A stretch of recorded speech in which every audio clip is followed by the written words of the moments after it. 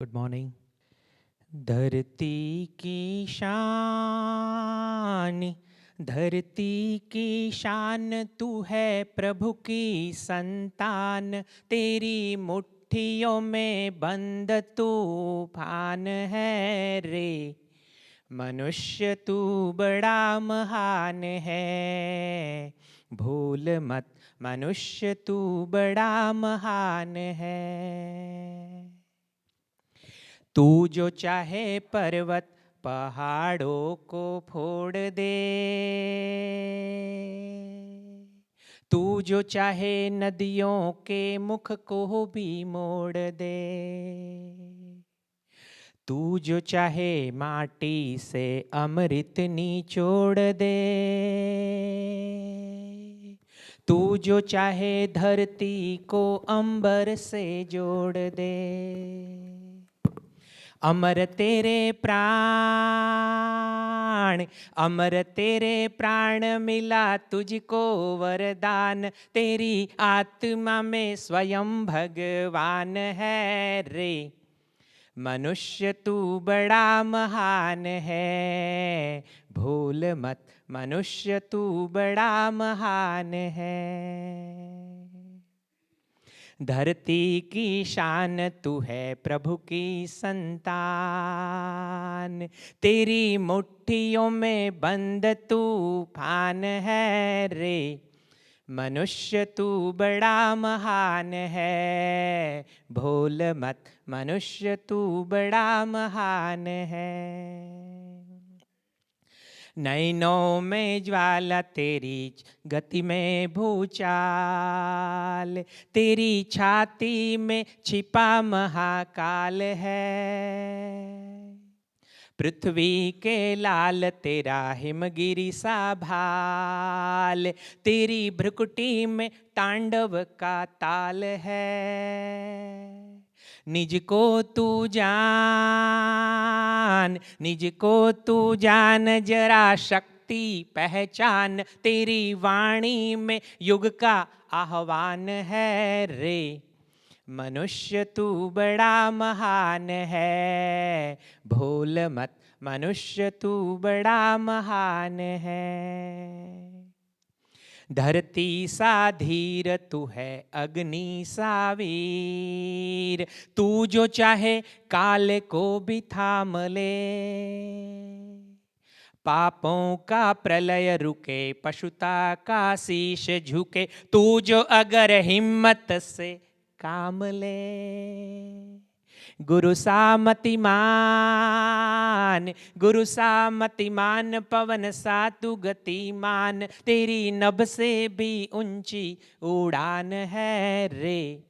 मनुष्य तू बड़ा महान है, भूल मत मनुष्य तू बड़ा महान है। धरती की शान तू है प्रभु की संतान। तेरी मुट्ठियों में बंद तूफान है रे। इंसान तुम बड़ा महान है, भूल मत मनुष्य तू बड़ा महान है। मनुष्य तू बड़ा महान है। Thank you.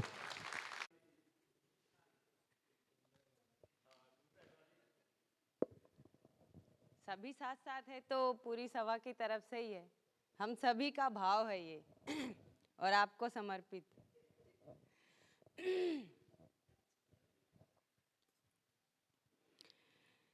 जन्मदिन की आपको भेंट अर्पण क्या करें, करके तन मन धन सदा शुभ मार्ग शुभता से भरें।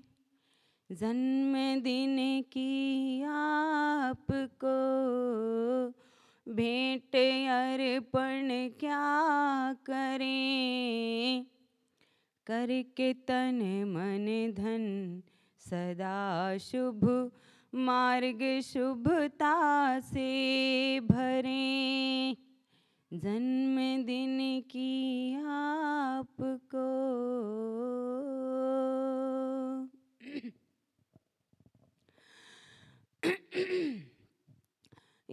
समझ की शुभ छटा आपकी आभा विभा दिव्य ज्योतिर्मय आप हो दिव्य दर्शन क्या करें दिव्य ज्योतिर्मय आप हो दिव्य दर्शन क्या करें करके तन मन धन सदा शुभ मार्ग शुभता से भरें जन्मदिन की आपको भेंट अर्पण क्या करें करके तन मन धन सदा शुभ मार्ग शुभता से भरें जन्मदिन की आपको पूर्णता में हो गति ऐसी है शुभ कामना इस समझ की राह में साथ में हैं हम सभी इस समझ की राह में साथ में हैं हम सभी करके तन मन धन सदा शुभ मार्ग शुभता से भरें जन्मदिन की आपको भेंट अर्पण क्या करें करके तन मन धन सदा शुभ मार्ग शुभता से भरें जन्मदिन की आपको भेंट अर्पण क्या करें करके तन मन धन सदा शुभ मार्ग शुभता से भरें मार्ग शुभता से भरें मार्ग शुभता से भरें धन्यवाद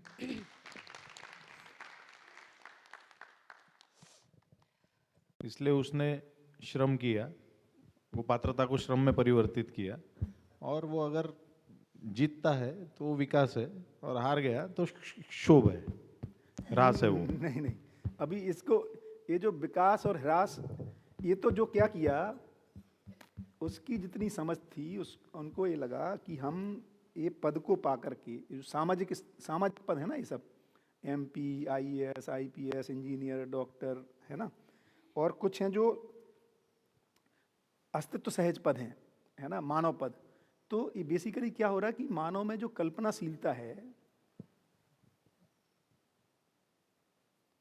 तो अपने में मैं और अधिक हो जाऊंगा माने अच्छा वाला पोर्शन लें उसका उन MPs की बात नहीं कर रहे जिनको लूटना है ना ऐसे लोग जो समाज में और वो एक बस कॉन्सेप्ट वही कॉन्सेप्ट समझा है बस हाँ। कि वो मतलब जो करना चाहता वो अगर पा लिया तो वो विकास है और नहीं पा लिया तो वो क्षोभ है हाँ और बस, वो बस, कुछ देर के लिए क्षोभ से फिर से उसकी श्रम करने की तैयारी होती है क्योंकि विश्राम की तृषा है और पा भी लिया तो चूंकि वो निरंतरता वाला नहीं है उसमें भी क्षोभ होने वाला कुछ देर बाद बिल्कुल ठीक है दूसरा भी है ये जो है श्रम हाँ तो जैसे अभी तक ऐसा समझ रहे थे कि जड़ परमाणु विकास क्रम और विकास और वो उसका परिणाम बिल्कुल ठीक है वो एक उसकी ये हो गई हो गया एक और जीवन परिणाम परमाणु में जागृति क्रम और जागृति जागृति। ऐसा दो ये पैरेलल ऐसे ही है लाइन है ये बिल्कुल। पर इसमें से अभी आपने जो बताया कि गठन पूर्ण होने के बाद वो उसका परिणाम है विकास क्रम में लास्ट परिणाम है विकास। उसका लास्ट हाइट है बिल्कुल लेकिन वहां पर वो रुकता नहीं है वो जागृति क्रम में लग जाता है फिर से श्रम करने के बिल्कुल लिए ठीक है तो विकास क्रम विकास के आगे की जर्नी जागृति क्रम और जागृति है और क्या तो फिर पैरेलल लाइंस नहीं ना, हुई वो। parallel जीवन में ही सिर्फ, क्योंकि गठनशील से ही वो गठन पूर्ण बना, तो गठनशील परमाणु की ही जर्नी जागृति तक है। बस, विकास क्रम, विकास, जागृति क्रम और जागृति तक है। हाँ ऐसे ही है। तो यदि रूट में देखेंगे तो ये पूरी एक परमाणु की यात्रा है। रूट में देखेंगे तो मतलब वो दो अलग अलग नहीं है, वो stream एक अलग-अलग ही यात्रा एक- का भाग है। एक ही स्ट्रीम आगे चल रही है। एक क्वालिफायर हो गया जो बनाया था ना वो वाला चित्र, ये जो चित्र बनाया था, ये जो पदार्थ और प्राण से ये जो गठनपूर्ण बाहर निकला, यही फिर इसमें पशु और भ्रमित मानव में व्यक्त हो रहा है। इससे जो मानव आ गया, इसकी भी जर्नी चालू है अभी। मानव दिव्य, यहाँ से जाके पद मुक्ति या दिव्य पद आ रहा है, इधर तक जर्नी है। तो ये जो गठन पूर्णता हो गई, ये वाला परिणाम का अमृत। अब ये जो अगली स्थिति होनी, जिसको श्रम का विश्राम कह रहे हैं, इसी को कह रहे हैं मानव पद, क्रिया पूर्णता। श्रम का विश्राम ही क्रिया पूर्णता है, या 10 क्रियाओं का, क्रियाएं पूर्ण रूप से सक्रिय हो गई हैं, है ना। आत्मा भी, बुद्धि भी, चित्त भी, वृत्ति भी, मन भी, जिसको डिटेलिंग किया है कैसे कैसे हो रहा है। हाँ, ये एक पीछे छूट गया था, अनुभवगामी और अनुभव मूलक बोध। हाँ। तो अनुभवगामी मतलब गुरु ने जो अध्ययन करा के बोध करा दिया, वो अनुभवगामी है। बिल्कुल। और अनुभव मूलक मतलब अनुसंधान से हमने खुद जो सीखा वो अनुभव मूलक है। हाँ। पर यहाँ पर लिखते समय अनुभवगामी बोध में बोला है आत्मा अथवा अनुभव की साक्षी में। हाँ, तो अनुभव की साक्षी में मतलब गुरु के साक्षी में। गुरु के अनुभव की साक्षी में। लेकिन आत्मा मतलब आत्मा तो अनुसंधान करके ही। हाँ हाँ, तो फिर ये कैसे नहीं, हुआ? अपनी आत्मा नहीं है ना जो अभी अध्ययन कर रहा है, उसमें अनुभव नहीं है उसके लिए। तो दो चीजें हो रही हैं, अनुभव मूलक, जैसे अनुसंधान पूर्वक जो अनुभव हुआ है ना, और अपने को भी अब जो अनुभव होगा, अध्ययन अनुभवगामी विधि से जाते हुए बुद्धि में बोध होगा, फिर आत्मा में अनुभव होगा, फिर अपना भी अनुभव मूलक हो जाएगा। उसके बाद वो अनुभव मूलक समान है। फिर अनुसंधान वाला अनुभव मूलक और अपना, न्यूटन का नियम न्यूटन को समझ में आए चाहे अपने को समझ में आए, फिर वो एक जैसी समझ में आ गया, है ना। तो उसके बाद हम और न्यूटन एक ही हो गए ज्ञान के क्षेत्र में। भैया, ये जीव शरीर में और भ्रमित मानव में जो 4.5 क्रियाएं हैं, उसमें क्या अंतर और समानता है? हाँ, इसमें देखिए, जीव शरीर में जो बहुत आंशिक रूप में विचार और चित्रण है, आंशिकता में, मानव में वो प्रखर हो गया है, चित्रण और विश्लेषण ताकत। पशु शरीर में जो जीव है, जो उसमें जो विश्लेषण को वो यूज कर रहा है ना, डिस्क्रिमिनेशन पावर को जो यूज कर रहा है, या चित्रण को जो यूज कर रहा है, वो सिर्फ आहार, निद्रा, भय और प्रजनन के लिए ही कर रहा है, और शरीर को जिंदा बनाए रखने के लिए कर रहा है। जबकि मानव आहार, निद्रा, भय और प्रजनन को संवेदनाओं की तृप्ति के लिए कर रहा है। तो हमारा आहार सुख पाने के लिए है, और पशु का आहार शरीर को बनाए रखने के लिए है। इसमें जैसे परिवेशीय अंशों का क्रियाशीलता है ना। हाँ, यदि परिवेशीय तो अंशों की उस क्रियाशील, रूप में और मन, वृत्त, चित्त में, इसमें हाँ। ऐसे क्लियर एक अंतर थोड़ा। बिल्कुल है, मतलब सक्रियता में कम और ज्यादा का अंतर है। जैसे मानव में भी देखेंगे तो बहुत सारा अभी मानव पॉपुलेशन है तर्क ही नहीं कर पाता ठीक से। तो बहुत बड़ी रेंज है वृत्ति की क्रियाशीलता में, एक बहुत बड़ी रेंज है जहाँ पर कुछ लोगों का वृत्ति जो है अभी विश्लेषण क्षमता से कम संपन्न है, उन्होंने उसको टूल को यूज नहीं किया। बेसिकली टूल के रूप में अक्षय ताकत है, लेकिन हम उसको यूज नहीं कर रहे। जैसे बोलते हैं ना, शार्प इन द टूल। तो हम एक विज्ञान की शिक्षा का यही एक महत्वपूर्ण काम रहा है अभी, जो इसका यदि पॉजिटिव पार्ट देखें तो जो वृत्ति रूपी टूल है, विश्लेषण, एनालिटिकल पावर जो है, उसको, एनालिसिस को शार्प कर रहा है वो, है ना। तो जो ज़्यादा इस तरह के माने आगे की क्वालिफिकेशंस में जाते हैं तो उनका विश्लेषण पावर बढ़ जा रही है, लेकिन दिशा नहीं मिल रही है उसको। इसीलिए वो अपने से कम जिनकी ताकत है, जिन जो विश्लेषण कम कर पाते हैं, उनके ऊपर वो शासन कर दे रहे हैं। उसी को कह रहे हैं कि वो अधिकार का दुरुपयोग है, आगे आया हुआ है, हमने दुरुपयोग कर लिया। इससे मानव होने के रूप में विकसित होते हुए भी विकास को प्रमाणित नहीं कर पा रहा है, क्योंकि अपने अधिकार में आया था। विकास का प्रमाण क्या है? दूसरों के पोषण के रूप में विकास का प्रमाण है, और हम शोषण कर ले रहे हैं। तो ये तो पता चल गया कि मैं विकसित हूं, लेकिन अपने विकसित होने को प्रमाणित नहीं कर पा रहा हूं। ये उसमें पीड़ा भी है, क्योंकि जो रिजल्ट आ रहे हैं, फिर फल परिणाम जो आ रहे हैं, वो उसको स्वीकार नहीं हो रहे हैं। पॉल्यूशन के रूप में, परिवार में विघटन के रूप में, युद्ध के रूप में, है ना, द्वेष के रूप में, विरोध के रूप में, ये जो रिजल्ट आ रहे हैं वो फिर स्वीकार नहीं हो रहे। तो पशु और मानव में कहने के लिए वो तीनों स्तर हैं, है ना, चतुर्थ तृतीय द्वितीय, लेकिन उसमें सक्रियता में बहुत अंतर है। इसमें जैसे और थोड़ा गहराई से समझना चाह रहा हूँ हाँ कि जैसे मन, वृत्ति, चित्त, बुद्धि, आत्मा है, तो मन यानी जो सबसे बाहरी परिवेश है उसमें 32 अंश हैं, हाँ वृत्ति में 18 18 अंश हैं। तो जो क्रियाशीलता का अंतर है, क्या इन अंशों की क्रियाशीलता का अंतर है कि इतने अंश क्रियाशील, ऐसे कुछ है? नहीं, अभी अब जब अपन इस लेवल पे बात कर रहे हैं तो हम फिर मात्रात्मक बात नहीं कर रहे हैं, इसमें फिर गुणात्मक बात करनी पड़ेगी, इसलिए उसमें मात्रात्मक बात नहीं है ना। तो जो उसका जो प्रकटन है उसकी क्रियाशीलता की बात, ओवरऑल क्रियाशीलता की बात कर रहे हैं, है ना। ऐसा नहीं है कि उसमें 4 चीज़ें वो, है ना, खट्टा मीठा नहीं पता चल रहा है कि ऐसा वाला नहीं है ना। तो उसमें जो उनकी जो मतलब जिसका यूज कर रहा है, उपयोग कितना किया, उस शार्पनिंग की बात है। तो उसकी क्रियाशील, अभी इसीलिए आप एक चीज़ पाएंगे, ये भी अपने को देखना चाहिए और ये बहुत इंपॉर्टेंट है कि जिनके पास भले ही जीवन विद्या का प्रस्ताव हो नहीं हो, उनके बहुत सारे लोगों के चित्त अधिक विकसित हैं, है ना, वृत्ति अधिक विकसित है और सही दिशा में। वो आस्था विधि से, है ना, समर्पण विधि से हो, भक्ति विधि से हो, विरक्ति विधि से हो, तो अपने चित्त की जो स्थिति है वो बहुत सारे जीवन विद्या के प्रस्ताव होने के बावजूद, उस जिनके पास कोई प्रस्ताव नहीं है उसके बावजूद भी उनके चित्त की स्थितियां कहीं अधिक अच्छी हो सकती हैं और उसके उनके जीने में भी प्रभाव दिखेगा, है ना। ये भी इम्पोर्टेंट है, नहीं तो हम क्या वो कहीं अहंकार वाला मुद्दा ना हो जाए अपने में, है ना। और जैसे ही उनको ये प्रस्ताव मिलेगा तो वो हम सबसे बहुत आगे की गति करेंगे, है ना। तो क्योंकि इनका जो शार्पनिंग करने की जो प्रक्रिया है वो अलग ढंग से है ना। इनका जो उसने कितना इस्तेमाल किया है, उसने कितना लगाया है अपने उसको, उसके आधार पे उसका विकास है। हाँ हाँ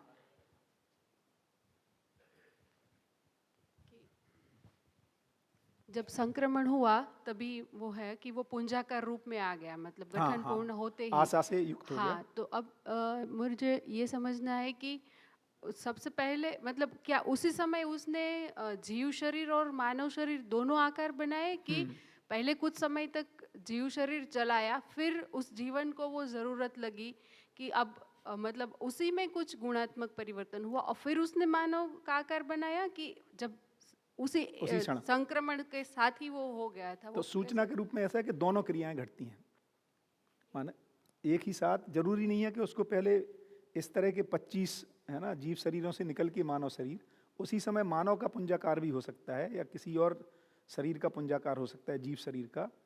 तो उसमें उसके बाद वो इंतजार करेगा, मानव शरीर आने में तो समय लगना है ना, तो वो इंतजार करेगा। और वहाँ पे ऐसा समय का इंतजार का चक्कर नहीं है, तो ऐसी क्रोनोलॉजिकल नहीं है। बट पशु शरीर से भी मानव शरीर आने का है और डायरेक्ट भी हो सकता है और फिर मानव से पशु में भी जाने का है। जो हमने ये देखा था ना, भ्रांत पथ चक्र जो है, पशु और मानव, भ्रमित मानव, इनमें आगे पीछे हो सकता है। रिवर्सल नॉर्मली नहीं है। एक मानव जीवन, इसकी बहुत कम संभावना है कि वो पशु जीवन को चलाएगा, पशु शरीर को चलाएगा, बट उसकी संभावना को नकारा नहीं जा सकता। हाँ हाँ, कोई ना कोई आकार लेता है वो पुंज। हाँ हाँ, जरूरी नहीं है कि उसको वहां से जाना पड़े, रूटिंग हो, ऐसा जरूरी नहीं है। हाँ, धरती पर तो वही मैं कह रहा हूँ, इसलिए उसको वेट करना पड़ेगा ना। हाँ हाँ, माने जो परमाणु का पुंजाकार मानव का हो सकता है, लेकिन शरीर कैसे आएगा? शरीर की, हाँ, माइक से बोलेंगे तो, है ना।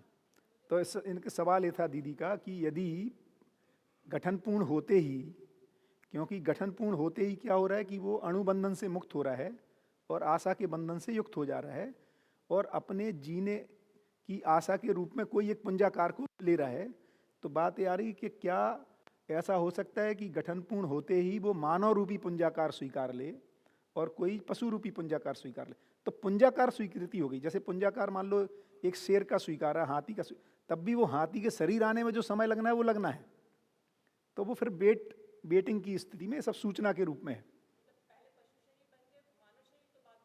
वो तो बिल्कुल, क्योंकि वहाँ पे तो शरीर में जो मेधस का वो डेवलपमेंट होना है, रचना में जो समृद्ध होना है, जो भौतिक रासायनिक रचना की जो समृद्धि क्रम है, उस समृद्धि में तो पहले है ना यौगिक पानी का बनना, फिर एल्गी का बनना, फिर बहुत सारे झाड़ पौधों का बनना, फिर ऐसे पेड़ पौधों का बनना जिसमें फिर बीज रचना हो सके, फिर बीज से वृक्ष का बनना, फिर उसमें से उन पत्तियों का जो सड़ना है, उसमें से जो कीट पतंगे जिनको कह रहे हैं स्वेदज संसार, स्वेदज संसार की एक लेवल की, उसमें भी आप स्वेदज में देखेंगे तो ब्रेन काम चालू हो गया, रोबोट की तरह है वो, है ना। तो कुछ कुछ गंध से ऑपरेट हो रहे हैं, इसीलिए हम मच्छर के लिए एक तरह की सुगंध करते हैं, है ना, वो जलाते हैं, वो सब गायब हो जाते हैं, क्योंकि वो गंध को ट्रैक कर रहा है ना।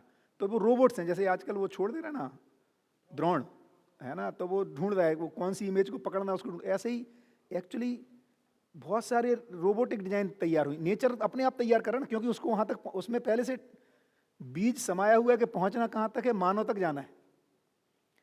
कहाँ तक जाना है? जहाँ पर कि मानव ही अपने से सहअस्तित्व को व्यक्त कर दे। तो ये पहले से कोडिंग है ना। कोड क्यों कोड है हो गया कि जो व्यापक पूर्ण है उसमें गर्भित होने से पूर्णता की ओर गति का कोडिंग पहले से बनी हुई है ना, कोड लिखा हुआ है। अब उस कोड का एग्जीक्यूशन हो रहा है। जो कोड लिखा हुआ है सहअस्तित्व में, कोडिंग पहले से है। क्या कोडिंग है? कि प्रकृति का ही एक इकाई है ना जागृति को प्रमाणित करेगी, माने सहअस्तित्व है, इसको कोई प्रमाणित करेगा कि हाँ ये सहअस्तित्व है। तो अब उस कोड का एग्जीक्यूशन, इसीलिए कह रहे हैं कि अस्तित्व में प्रकटन क्रम है। कोड एग्जीक्यूट हो रहा है, प्रकट हो रहा है। तो पहले प्रकट हुआ पानी के रूप में, पहले तो हुआ धरती ही समृद्ध हुई, है ना, जिसको पहले दिन ही प्रीतम भाई ने पूछा था, है ना। तो ये कोई गलती नहीं कर रहा है, कोड एग्जीक्यूट कर रहा है ना, गलती नहीं कर रहा, रैंडमली नहीं हो रही हैं घटनाएं, ये किसी कोड के तहत घटनाएं हो रही हैं, वहां तक पहुंचना है उसको, है ना। तो इसमें पहले धरती का समृद्ध होना, फिर यौगिक का बनना, यौगिक बनने के बाद है ना सिंगल सेलुलर स्ट्रक्चर बनना, मल्टी सेलुलर स्ट्रक्चर बनना, पेड़ पौधों का बनना, बीज परंपरा स्थापित होना, स्वेदज संसार का बनना, फिर कई तरह के स्वेदज होते होते होते अंडज तक कनेक्ट कर रहे हैं। तो पहले नभचर और जलचर ज़्यादा हैं, जलचर हैं, फिर नभचर हैं, फिर थलचर हैं, और फिर अंडज से पिंडज उसका कनेक्ट होना, उसमें और समृद्ध मेधस होते चले जाना, और समृद्धिपूर्ण मेधस जहाँ पिंडज से फिर पशु से किसी मानव का उदय होना, फिर मानव के मानव का बढ़ना, फिर उन मानवों में कैसे जीने, सुखपूर्वक कैसे जिया जाए इसके लिए प्रयास होना। उस क्रम में है ना माने शिला युग है, धातु युग है, कपड़ों का बनना है, खेती का करना है ना। उसके बाद बहुत सारी भौतिक सुख सुविधाओं का इकट्ठा करना है। उसके बाद उससे भी तृप्ति नहीं होना है तो समझ में आ रहा है कि संबंध में कुछ करना पड़ेगा। ये जो घटना एक के बाद एक के बाद एक हो रही है, इस क्रम में अपन अभी आज धरती के विकास के क्रम में या जागृति क्रम में हम जागृति पूर्णता की ओर गति करते हुए किसी क्रम में खड़े हैं। और इस अनुसंधान को कैसे जनमानस तक लेके जाया जाए, जहाँ पर जो हम सब की चिर अपेक्षा है कि हम सब यार अपने परिवारों में अपनों के साथ कैसे अच्छे से जिएं, और फिर ये परिवार मिलकर के भी कैसे अच्छे से जी सकें, और ये धरती को भी बर्बाद नहीं करते हुए अपनी आवश्यकताओं को पूर्ति कर लें। ये जो अपने में अपेक्षा की जो प्रबलता हुई है ना, इसी को कह रहे हैं मानव लक्ष्य प्रबल रूप में आ गया है ना, कि हम समाधान, समृद्धि, अभय और सहअस्तित्व चाहते हैं। और केवल अपन अभय नहीं बोल रहे हैं, यूएनओ वाले भी बोल रहे हैं कि हाँ भाई पर्यावरण का कुछ होना चाहिए। यूएन में जो बोल रहे हैं कि भाई एजुकेशन का एक मेजर उद्देश्य ये है कि लर्न टू लिव टुगेदर, हम साथ साथ कैसे जिएं, है ना, अखंड समाज के रूप में कैसे जिएं। ये सब जो कामनाएं व्यक्त हो चुकी हैं, अब इन तो पहले कामनाएं ही व्यक्त होंगी, तभी तो वो कोड है ना। मतलब जब एक बार अपने में चित्रण में आएगा, विचार में आएगा, उसको एग्जीक्यूट करने के लिए कुछ लोग दौड़ रहे हैं, तो अब उसको धीरे धीरे सफल होगा, ऐसा लगता है। ये भैया ये हाँ जी। पूर्णता का कोड अगर है हाँ। और उसका एग्जीक्यूशन शुरू है, हाँ, तो फिर इसमें कोई एक पॉइंट ऑफ टाइम पे मानव ने हस्तक्षेप करके वो कोड को बिगाड़ा है। फिर कहाँ बिगाड़ा है? जैसे पर्यावरण से या ये खनिजों से, नहीं, वही तो समझना है, उस कोड में ये तहत है, ये कोड का ही डिजाइन है कि मानव ये बिगाड़ेगा, गलती करने करेगा। का अधिकार है। क्योंकि तभी तो वो अब देखिए कर्ता पद किसी में है नहीं, तो कर्ता पद मानव में है। तो इस धरती को जो मैनेज करना है उसके लिए स्वतंत्रता नहीं देंगे, वही तो दिक्कत हो रही कि पिताजी अपने बच्चे को स्वतंत्रता देने, गलती करने देना नहीं चाहते। यार जब तक वो गलती नहीं करेगा तो सीखेगा कैसे? ये कोड का एग्जीक्यूशन आगे बढ़ेगा ही नहीं कैसे अगर उसने बढ़ेगा? गलती की कैसे बढ़ेगा? फिर तो हम एक तरह के चौथे तरह के जानवर होते, दो पैर पे चलने वाला एक कोई, है ना? तो उससे उससे उसमें कैसे वो परिवर्तन को कैसे स्थापित करेगा? जो चीजें यदि बिगड़ इधर उधर जा रही हैं उसको हस्तक्षेप कैसे करेगा? तो मानव में वो अधिकार संपन्नता कोड का ही के तहत है। ये बहुत इंपॉर्टेंट है। पर ये अभी हजारों किलोमीटर नीचे जो खनिज है हाँ। वो धरती ने नीचे इसलिए डाला कि ऊपर आने से उसमें प्रॉब्लम होगा, और वो मानव सब उसको करके निकाल रहा है। तो ये सब उसका तो उसको समझ में आ रहा है कि गलती हो रही है। देखो यही तो ब्यूटी है, मानव में मूल्यांकन करने की ताकत बनी हुई है। तो हम सब कैसे, सब लोग कह रहे हैं कि ये प्रदूषण ठीक नहीं है, उसको पता चल रहा है। तो उसमें करेक्शन कोड है, गलती करने का अधिकार, और गलती के फलस्वरूप दुखी और प्रताड़ित होना है, और दुख वो उसको स्वीकार नहीं है, ये कोड का हिस्सा है। कि सुखी, निरंतर सुखी उसको स्वीकार है, हार्मोनी स्वीकार है। जो अंदर से बाहर आ रहा है खनिज, वो भी प्रकृति के अंदर है। हाँ। मानस माइनिंग करता है, हाँ। लेकिन जो पौधे है उसकी जो जड़ बहुत डीप जाती है, वहाँ से वो सिर्फ खनिज ही लेता है बिल्कुल ठीक है। और उसके बाद ऊपर इंजेक्ट करता है, उसके बाद पर्ण में जाता है। तो यही बराबर ही है। और जो खनिज भारी ताप और भारी दबाव से अंदर ही पैदा होगा, सतह पर नहीं होगा। नहीं, इनका जो कहना है, माने जो पेड़ पौधों के माध्यम से आ रहा है उसमें पूरकता है ना, उसमें परस्पर पोषण है। क्योंकि वो जो खनिज बाहर, जैसे मिट्टी खनिज ही लेता है पेड़, लेकिन जो पेड़ फिर से पत्तियां जब गिरती हैं तो उसी धरती को और उर्वरक बना दे रहा है। लेकिन हम जो फर्टिलाइजर डाल रहे हैं उससे उर्वरक क्षमता over a period of time खत्म हो रही है। तो ये अंतर की बात आप कर रहे हैं।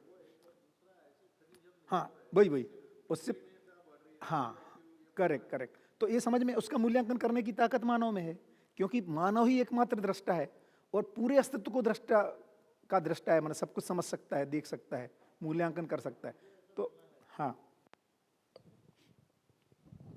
मुझे ये बोलना है कि कोड का तो डिजाइन या कोड का जो ये है, क्या बोलेंगे, डिजाइन, वो ऐसा है कि वो चीजें बाहर आए ही नहीं, वो धरती के अंदर दब जाए चीजें 500 किलोमीटर अंदर। हाँ। ताकि वो अगर बाहर आती है तो धरती खत्म हो जाएगी ये ठीक है। विकिरणीयता से और देखो, इससे आप क्या कह रहे तो हैं? कोड का डिजाइन है कि वो अंदर रहे। आपका कहना ये है, प्रकृति ने अपने अंदर वो डिजाइन बनाया है, नहीं, और वो मानव समझ ने गया। हस्तक्षेप करके अपन वो बाहर निकाल रहे हैं। आप ये कह रहे हैं कि कुछ लिमिटेड राइट्स दे दिए जाए मानव को, पूरे राइट्स ना हो। बेसिकली आप ये कह रहे हैं कि उसको ये राइट नहीं होना चाहिए था कि अंदर इतना जा पाए, या है ना, इसको समझना चाहिए। नहीं, बहुत इंपॉर्टेंट, देखो कितनी उदार है। जैसे उदाहरण मैं बोलता हूँ कि जैसे अभी ये धरती पर सब चीजें आई, प्रकृति में प्रकटन हुआ और चीजें आ गई, उसमें एक मानव भी आ गया, उसको वो खेलने को खिलौना दे दिया। अब वो खेलते जा रहा है, कुछ यहाँ कर रहा है, कुछ वहाँ कर रहा है, बंदर सामान सब वो काम कर रहा है। तो वो चक्कर में वो पूरा खिलौना ही तोड़ रहा है वो। हाँ, उसको वो पता ही नहीं चल रहा है बिल्कुल कि ठीक है। जो चीज मेरे खेलने के लिए है वही मैं तोड़ रहा हूँ। बिल्कुल ठीक है। तो देखो, आप आशीष भाई ये कह रहे हैं कुल मिला के कि ये कैसे के कोड का डिजाइन रह सकता वही तो मैं कह रहा हूँ। जिससे वो कोड की जो मशीन है, वो मशीन ही आप तोड़ दे रहे हो। हाँ, बढ़िया हो गया, सवाल सब तक पहुंच गया, बहुत ही। तो देखो, आप क्या कह रहे हैं, यदि इसको ठीक से समझें तो आप ये कह रहे हैं कि इस धरती पर मानव को अधिकार होना चाहिए था, लेकिन लिमिटेड अधिकार होना चाहिए था। नहीं, होने नहीं चाहिए, मैं तो पशु ही हो गया फिर वो। फिर तो दृष्टा ही नहीं रहेगा ना, फिर तो दृष्टा ही नहीं रहेगा। तो आप ये कह रहे हैं कि, है ना, अधिकार तो हो लेकिन लिमिटेड अधिकार हो, कि भाई इससे 10 मीटर से ज़्यादा का यंत्र नहीं बना पाता, कि 10 मीटर से ज़्यादा नहीं घुस पाए मान लो, है ना। तो प्रकृति में उदारता है कि पूरी तरह फ्रीडम है, फुल फ्रीडम। अच्छा, नाश करने का डिजाइन ही नहीं है। हमें लग रहा है कि ये नाश हो रहा है, प्रकृति में कुछ नाश होता नहीं है। नहीं, माने यदि आप इसको सूरज भी बना दोगे, है ना भाई, फाइनली क्या करोगे? फिर शुरू होगा कार्यक्रम, है ना? प्रकृति के स्केल पे देखेंगे तो, हाँ, मानव के, हम अपने रेफरेंस में देख रहे हैं इसको ना। प्रकृति का नाश करने की ताकत ही नहीं है किसी में। शायद हमको लाया गया होगा इसमें, और क्या, कि हम नाश कर दे और इसके वजह से कोई और धरती बन जाए। या इसको हम सूरज बना दे और उससे दूसरी धरती को फायदा हो, ये भी हो सकता है। ये भी बढ़िया है एक्चुअली। देखो कई बार हम इसलिए भी ऐसा सवाल आता है, मुझे ऐसा लगता है कई बार कि अपनी जिम्मेदारी से खिसकने के लिए भी एक सवाल आता है इसमें, है ना कि यार अपन तो एंजॉय करते रहो, है ना, ये तो हो सकता है नाश ही होना हो। जैसे जैसे प्रीतम भाई कह रहे थे, हो सकता है तो अब जो अपना, डिजाइन का ही पार्ट हूं मैं, हाँ हम सब और मुझको वो जिम्मेदारी दी है तोड़ने की, हाँ तो मतलब फिर वो ही हो गया मैं नहीं डिजाइन का नहीं, डिजाइन में देखो वही मैं कह रहा हूँ, डिजाइन में आपको तोड़ने की जिम्मेदारी दे दी, आपको तोड़ करके लग कैसा रहा है, तो ये डिजाइन में भी तो का हिस्सा है ना कि दुख आपको स्वीकार नहीं है, ये सबसे मुद्दा है और वो ज्यादा पावरफुल है, ये मुख्य मुद्दा है। अच्छा दूसरा क्या है, आप अपने बच्चों को अपने से कैसा देखना चाहते हो, ज्यादा अच्छा कि ज्यादा खराब, तो वो भी डिजाइन में इसका हिस्सा है, तो ये भी तो डिजाइन है, ये वो कोड में है। मेजर कोड तो यही है, मध्यस्थता, क्योंकि आत्मा मध्यस्थ सत्ता है और आत्मा मध्यस्थ है। देखो कई बार मैं ऐसा भी सोचता हूं, आप कोशिश करके देखो, एक लेवल या आप आधा घंटा 1 घंटा एक लेवल से अधिक टाइम आप गुस्सा रह नहीं सकते। आप माने दूसरा आपको मनाए वो एक अलग बात है, आप स्वयं ही खत्म होता है वो, क्योंकि जो मध्यस्थ बल है आत्मा का, वो इसमें जो मन वृत्ति चित्त में जो विक्षेप आया है, गुस्सा के रूप में, मोह के रूप में, काम के रूप में, क्रोध के रूप में, ये जो विक्षेप होता है चित्त का, उसको आत्मा सामान्य कर रही है, अभी भी इतना ताकत उसमें रहती ही है। जैसे जड़ जगत के परमाणु में न्यूक्लियस उस अंश को बाहर जाता है तो वापस लाता है, ज्यादा पास आता है तो वापस दूर करता है, ऐसे ही जो चित्त में जो विक्षेप होता है, ये जो आवेश के रूप में, सट आवेश के रूप में, इसका सामान्यीकरण होने की प्रक्रिया अभी भी स्वयं स्फूर्ति रहती है। तो वो जो मेजर कोड है वो है मध्यस्थता का, संतुलन को स्थापित करने का, हार्मोनी को पहचानने का। हाँ, इस क्रम में हम धरती को, एक आध धरती को बर्बाद कर दें, कोई बड़ी घटना नहीं है अस्तित्व के लिए, है। माइक है, ऑन नहीं है, ऑन कर दो, बैटरी नहीं है। अच्छा दूसरा माइक दो भाई।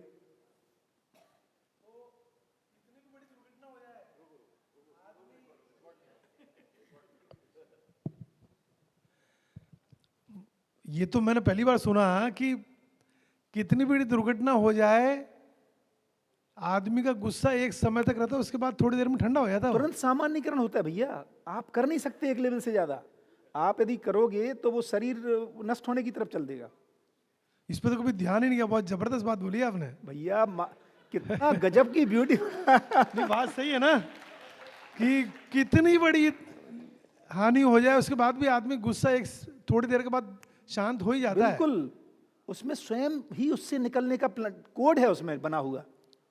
जो आत्मा जो है मध्यस्थ रहती है, उसमें सम विषम, जो सोम भाई कह रहे थे, आत्मा नित्य शांत है, सम विषम के प्रभाव से मुक्त है, नित्य मध्यस्थ है, ये सामान्यीकरण करने को चल देती है तुरंत। ये इसका मतलब है धरती की पूरी व्यवस्था अगर हम परमाणु से लेकर पेड़ पौधे, जीव जंतु, मनुष्य, ये सारी देखें तो इस सारी व्यवस्था को देख के लगता है उसके सामने आदमी की हैसियत तो बहुत बौनी है। बिल्कुल, और वो अहंकार इतना खतरनाक पाले हुए है, तो इसका मतलब ये अस्तित्व का ज्ञान देने से भी आदमी का अहंकार खत्म हो जाता है और आ नहीं सकता दोबारा अहंकार, अगर वो समझ जाए, इस पूरा अध्ययन कर ले तो। बिल्कुल ठीक है। तो देखो एक बात, एक दो हिस्सों में देखना चाहिए। आदमी की हैसियत माने समष्टि का व्यष्टि बहुत छोटा अंश है, लेकिन ये आगे आया हुआ है, आएगा, ये बहुत माने नेस्ट नहीं है, मतलब इसकी जो पावर है माने एक जीवन की पूरे अस्तित्व को दृष्टा होने की, ये जबरदस्त है। और वो जो दृष्टा होने के बाद उसमें जो पूरक होने की ताकत है, अनन्यता के साथ, दया कृपा करुणा रूपी स्वभाव के साथ, तो ये बहुत बड़ी बात है। मतलब जो दोनों एस्पेक्ट हैं, व्यष्टि पूरे जो समष्टि को देखेंगे तो हम छोटा हिस्सा हैं, लेकिन उसके बावजूद भी इस प्रकृति का सर्वश्रेष्ठ रचना है, दो एंगल से, है ना। प्रकृति का सर्वश्रेष्ठ है, ओवरऑल में हम एक छोटा हिस्सा है डिजाइन में। नहीं, एक चीज बताएं, वो एक सवाल पहले भी आया था पर मैं जवाब भूल गया कि जब बाकी अवस्थाओं का आचरण निश्चित है, हाँ, पेड़ पौधों का, जानवर का, पदार्थ का, तो ये सृष्टि मनुष्य का भी आचरण निश्चित कर देती, तो क्या परेशानी थी? नहीं नहीं, परेशानी कुछ नहीं थी। वही तो आशीष भाई भी पूछ रहे कि मनुष्य भी एक तरह का जान, एक्चुअली तो यदि आप दूसरे ढंग से देखो तो मनुष्य का आचरण निश्चित ही है। ये जो भ्रमित होना सामयिक घटना है, एक एवोल्यूशन के क्रम में होने वाली एक घटना है। अरे वाह, क्या जवाब दिया आपने। सही बात है, ये आचरण निश्चित ही है, ये तो भ्रमित कुछ सामयिक है ये। हाँ, ये सामयिक घटना है भैया, कुछ समय की घटना है ये ठीक है, धरती मुझे पे। 53 साल लगे, इस मेरे सामयिक 53 साल की है। भाई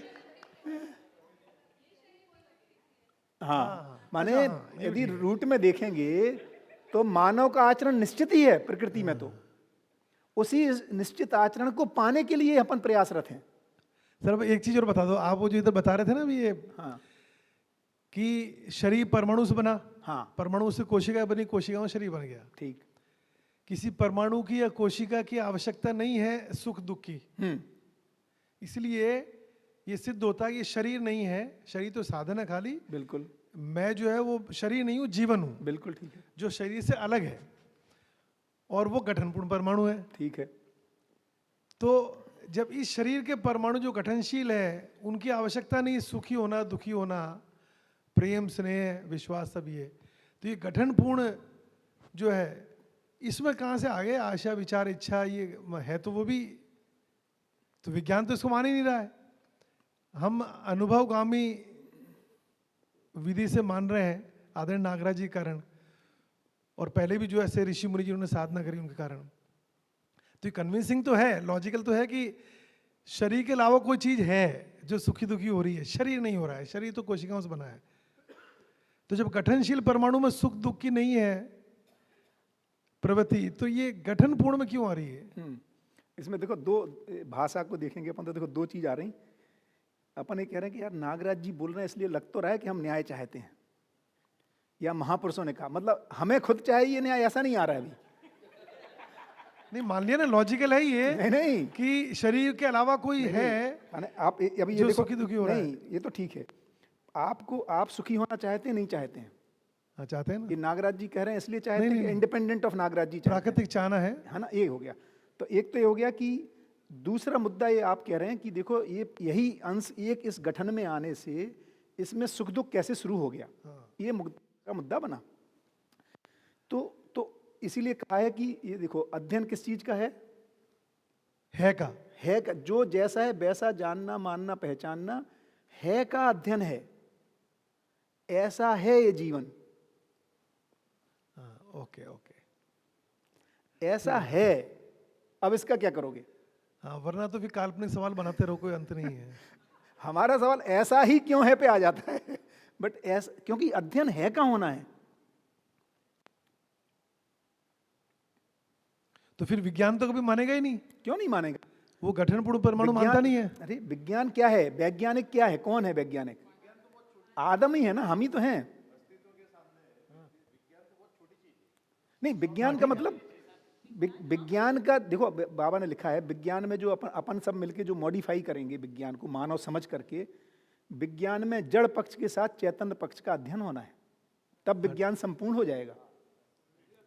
इतना ही काम होना है।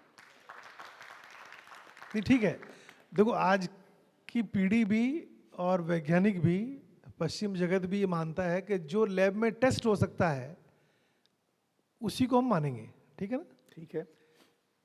अब कोई भी मशीन दुनिया में मनुष्य शरीर को देख के ही, सबसे सर्वश्रेष्ठ मशीन दुनिया में मनुष्य है, बिल्कुल का ठीक, शरीर। बिल्कुल ठीक तो है। इसके शरीर की कॉपी करी, जैसी भी बनाया, तो हाथ जैसा बना दिया, हाथ पैर की जगह चेन बना दी, आंख की जगह कैमरे लगा दिए, ठीक है। बिल्कुल ठीक।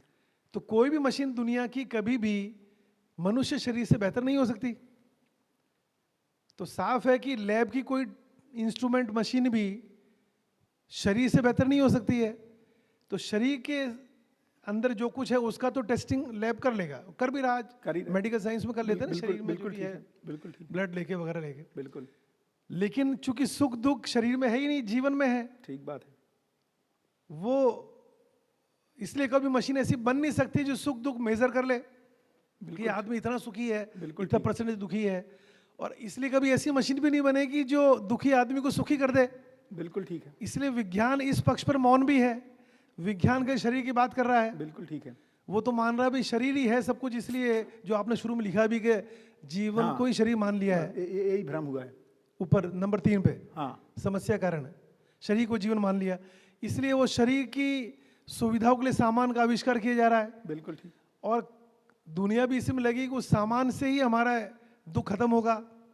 लेकिन हम इस आध्यात्मिक यात्रा में महसूस करते हैं कि वास्तव में सामान से हमने देख लिया, दुखी तो आदमी फिर भी है, बिल्कुल जिसके पास सबसे ज़्यादा है वो भी दुखी है।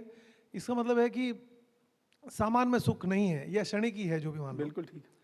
तो अब ये समझते लॉजिकली हमने मान लिया भी शरीर के अलावा कोई है यार। बिल्कुल ठीक है। ये शरीर नहीं है, शरीर के अलावा भी कुछ है। तो विज्ञान तो आने वाले समय में भी, चूंकि लैब में टेस्टिंग नहीं हो सकती, इसलिए मानेगा ही नहीं जीवन को, मन को, आत्मा को। तो वो आज भी मौन है सुख दुख पे, कैसे सुखी करें आदमी को, उस पर वो कुछ बताता नहीं है। तो आप कह रहे हो कि ये हमारी जिम्मेदारी है कभी इसको चैतन्य इकाई को उसमें विज्ञान को समृद्ध किया जाए, समृद्ध होगी ही वो। प्लस मानव की लैब परिवार है, तो लैब को का वो डेफिनेशन बदलेगी। मानव की लैब परिवार और समाज है ना, ये लैब है मानव के लिए। बहुत बड़ी समझ। हाँ, जीवन की लैब जो है हाँ। वो लैब नहीं हो सकती वो है, लैब नहीं है, वो मैं ही लैब हूँ और फिर मेरा मेरा परिवार परिवार। लैब है और समाज लैब है। मानव की अभिव्यक्ति या जीवन की अभिव्यक्ति यहाँ दिखाई देगी। ओके। तो इसलिए जीवन में सुख दुख की टेस्टिंग भी मेरे में और मेरे इसलिए परिवार में स्वयं होगी। सेल्फ डिक्लेरेशन होगा और परिवार में उसका प्रमाणीकरण होगा, समाज में और परिवार में उसका और प्रकृति में। जैसे हम ये कह नहीं पा रहे ना कि हम डेवलप्ड हैं और हम पोल्यूशन भी कर रहे हैं, ये कॉन्ट्राडिक्शन हो गया। हम डेवलप्ड हैं और युद्ध कर रहे हैं, है ना, इसलिए कॉन्ट्राडिक्शन हो गया। ठीक है, बहुत बढ़िया। हाँ, जितना कुछ सुनील भाई ने बोला वो सब विज्ञान ने ही हमको सिखाया है। हाँ, तो इसका मतलब ये होता है कि विज्ञान ने ही मानव को भ्रमित किया, और 2-3 चीजें विज्ञान ने अच्छी भी की होगी, पर ज्यादातर विज्ञान ने ही मानव को भ्रमित किया, एक। और दूसरा, विज्ञान तो अभी 100-150 साल की बात है, मॉडर्न साइंस जिसको बोलेंगे, अस्तित्व तो सदा से वहां पर है। बिल्कुल। तो हर बार विज्ञान का रेफरेंस या विज्ञान की कंडीशनिंग से ही हम क्यों सोचे, अस्तित्व तो है ही है उधर। बिल्कुल ठीक है। और जो चीजें है वो विज्ञान के रेफरेंस से ही क्यों समझना है, विज्ञान तो 100-150 साल की बात है, और भ्रमित सबसे ज्यादा मानव को विज्ञान नहीं किया है। बिल्कुल ठीक। हाँ, माने देखो, विज्ञान ने भ्रमित किया है या भ्रमित मानव ने विज्ञान को ठीक से नहीं पहचाना है। माने ऐसे लग रहा विज्ञान आदमी से इंडिपेंडेंट कोई एंटिटी है, और है ना, भ्रमित मानव से जहां तक विज्ञान पहुंचा है ना, जब जागृत मानव से विज्ञान बड़ा हो जाएगा। और हम ऐसा नहीं कह सकते विज्ञान रुक गया है, इस चीज़ की भी संभावना है भविष्य में ऐसा मशीन भी बने जो इसको सुख दुख और मतलब गठनशील परमाणु का अस्तित्व को मतलब सिद्ध कर दे। हाँ, बहुत क्योंकि बढ़िया। अभी जो विज्ञान है, आज से 150 साल पहले हमने ये कल्पना थोड़ी की थी ऐसा हुआ। हाँ। तो अभी हम ये कह दें कि ऐसा हो ही नहीं सकता है, तो ये नहीं, गलत है। इसको जांच ही लेते हैं ना। देखो, ये आदमी के साथ इंपॉर्टेंट मुद्दा है कि हमारे तर्क में, वो अनुमान में हम उसको पहचान सकते हैं कैसे। तो अभी परिभाषा के रूप में जिसको हम विज्ञान कह रहे हैं, कि जहां पर हम ये कह रहे हैं कि वो इकाइयों पे पड़ने वाले प्रभाव को पहचानता है ना। तो अब जो आशा विचार इच्छा का जो प्रभावित करती है, वो ब्रेन को प्रभावित करती है। अच्छा, तो अब विज्ञान क्या कर रहा है, ब्रेन के आज भी आदमी के दुखी आदमी को विज्ञान पहचानता है। वो किस हिसाब से पहचान रहा है, क्योंकि जीवन में जब दुख होता है तो उसका प्रभाव उसके ब्रेन पर और उसके माध्यम से शरीर पर पड़ता है, और जब वो सुखी होता है उसका प्रभाव उसके ब्रेन पर और उसके शरीर पर पड़ता है। तो आज भी उसको वो कॉर्टिकोसॉल या कुछ है ना, कॉर्टिसॉल है ना, इन सब चीज़ों को पहचान करके उसका, या उस समय जिस तरह की न्यूरॉन की फायरिंग है ना, या ईईजी में जो डिफरेंसेज आ रहे हैं, इसको पहचान रहा है ना। बट अपन ये कह रहे हैं कि वो उसको कॉज मानता है रादर देन इफेक्ट। इसमें उसको वो कॉज मान रहा है, और इसीलिए ऐसे माने केमिकल दे करके उसको लगता है कि आदमी में एलेशन को लाया जा सकता है, जो कि आता भी है ना। इसीलिए जो बहुत सारी ड्रग्स हैं है ना, वो आता भी है, लेकिन उसकी निरंतरता नहीं बन रही है, इसलिए फिर उसकी डोज को बढ़ाना पड़ता है, क्योंकि शरीर तो उसके लिए अभ्यस्त हो जाता है ना। तो ये बात इसको पहचानना पड़ेगा कि जो आशा विचार इच्छा रूपी चीज को पकड़ने के लिए, है ना, इसकी संभावना दिखाई नहीं देती, क्योंकि इसमें कोई फिजिकल वो नहीं है, ये ब्रेन तक को अफेक्ट करने की डिजाइन है। और बन भी जाए मान लो, है ना, इसको अपन देख भी लें, फाइनली तो सुखी होने का जो स्रोत है वो समझ है, वो समाधान है, वो अनुभव है, ये यही यदि निकलेगा तो यही निकलेगा ना, इतना ही होना है। इसमें थोड़ी सी गलती ये हो रही है विज्ञान में कि अभी हमारा मानना ऐसा है कि मशीन जिस चीज़ को प्रमाणित करती है वही विज्ञान है, हाँ, जबकि उस मशीन को बनाने वाला मानव है। तो जिस दिन हम ऐसा मानने लगेंगे कि जो जागृत मानव है वो जो चीज़ देख के प्रमाणित करता है वही विज्ञान है, उस दिन ये विज्ञान भी ठीक हो जाएगा। बिल्कुल ठीक है, बिल्कुल ठीक है, उसी के दायरे को बढ़ना है। बहुत बढ़िया।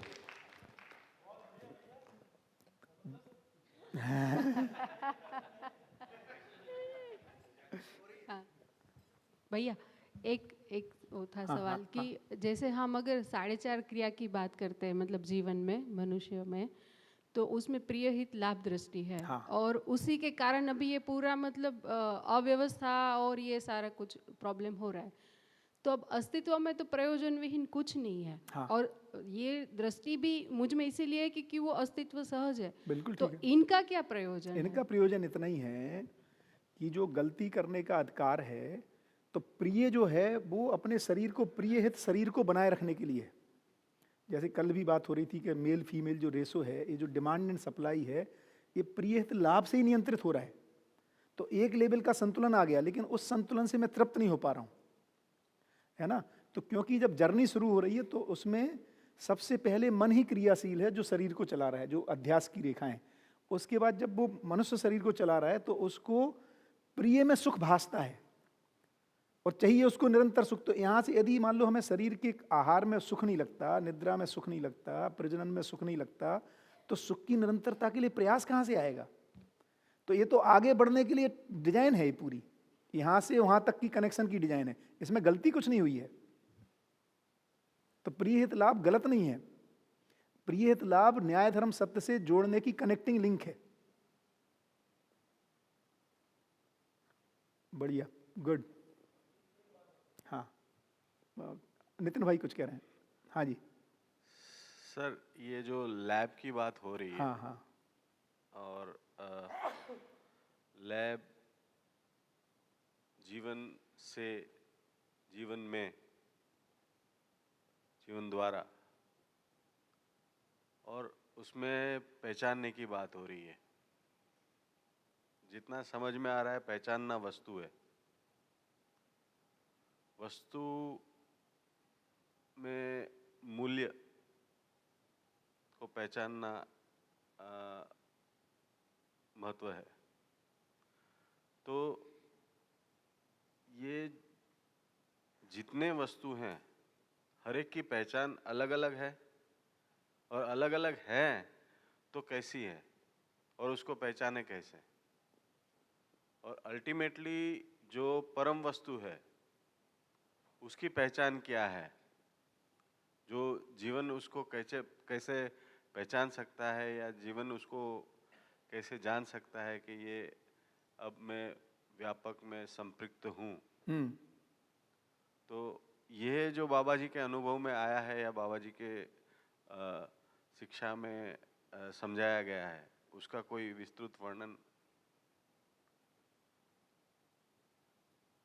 एक बार फिर से रखिए क्वेश्चन को। मूल्य को पहचाने कैसे? हाँ, ओके, वस्तु को। बढ़िया। तो इसकी पहचान तो मेरे में ही होनी है, माने मैं विश्वास को फील करता हूँ, है ना, ये मेरे में पहचान होगी, माने व्यक्ति ही प्रमाण होगा। इसीलिए कहा कि फाइनली सच्चाइयों का प्रमाण करने वाला व्यक्ति है। तो जो अरूपात्मक जगत है, देखिए दो तरह के जगत हैं, रूपात्मक और अरूपात्मक, है ना। रूपात्मक जगत जिसको जड़ जगत कह रहे हैं, है ना, और अरूपात्मक जगत है जो व्यापक के प्रभाव को जो व्यक्त कर रहा है, चैतन्य इकाई, है ना, तो या व्यापक। तो ये जागृत जीवन में ही वो ताकत है जो अरूपात्मक को पूरी तरह से अनुभव कर पाता है और उसको फिर संप्रेषित कर पाता है परस्परता में, है ना। तो वो जागृत व्यक्ति ही उसकी घोषणा करता है, या कि मैं इसको पहचान गया, मैं स्नेह में जीता हूँ, मैं विश्वास को पहचानता हूँ, मैं श्रद्धा को पहचानता हूँ, गौरव को पहचानता हूँ, कृतज्ञता को पहचानता हूँ। ये जागृति के हिसाब से व्यक्ति ही इसको प्रमाणित करेगा। इसलिए व्यक्ति प्रमाण ही फाइनल प्रमाण है, क्योंकि सर्वश्रेष्ठ यंत्र दी है, माने वस्तु है वो व्यक्ति ही है, जीवन ही है, और उसमें भी सर्वश्रेष्ठ है जागृत जीवन, तो उसका प्रमाणीकरण है।